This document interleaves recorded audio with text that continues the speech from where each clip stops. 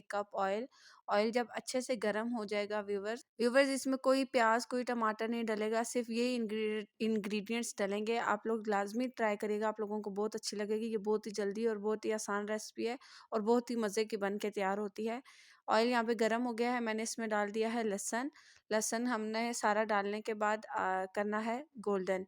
हमने इसे बहुत ज़्यादा ब्लैक नहीं करना, गोल्डन फ्राई करना है। जब ये गोल्डन फ्राई हो जाएगा तो हमने इसमें चम्मच चलाते हुए हमने इसको सारा गोल्डन करना है। ये देखें व्यूवर्स लहसुन जो है वो गोल्डन हो गया। अब हम इसमें ऐड कर देंगे मेथी जो हमने कट करके रखी हुई थी।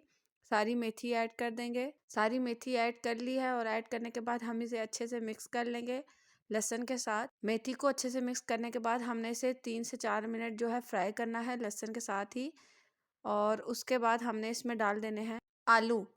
आलू हमने डाल के दोबारा से इसको 3 से 4 मिनट फ्राई करना है व्यूवर्स। मेथी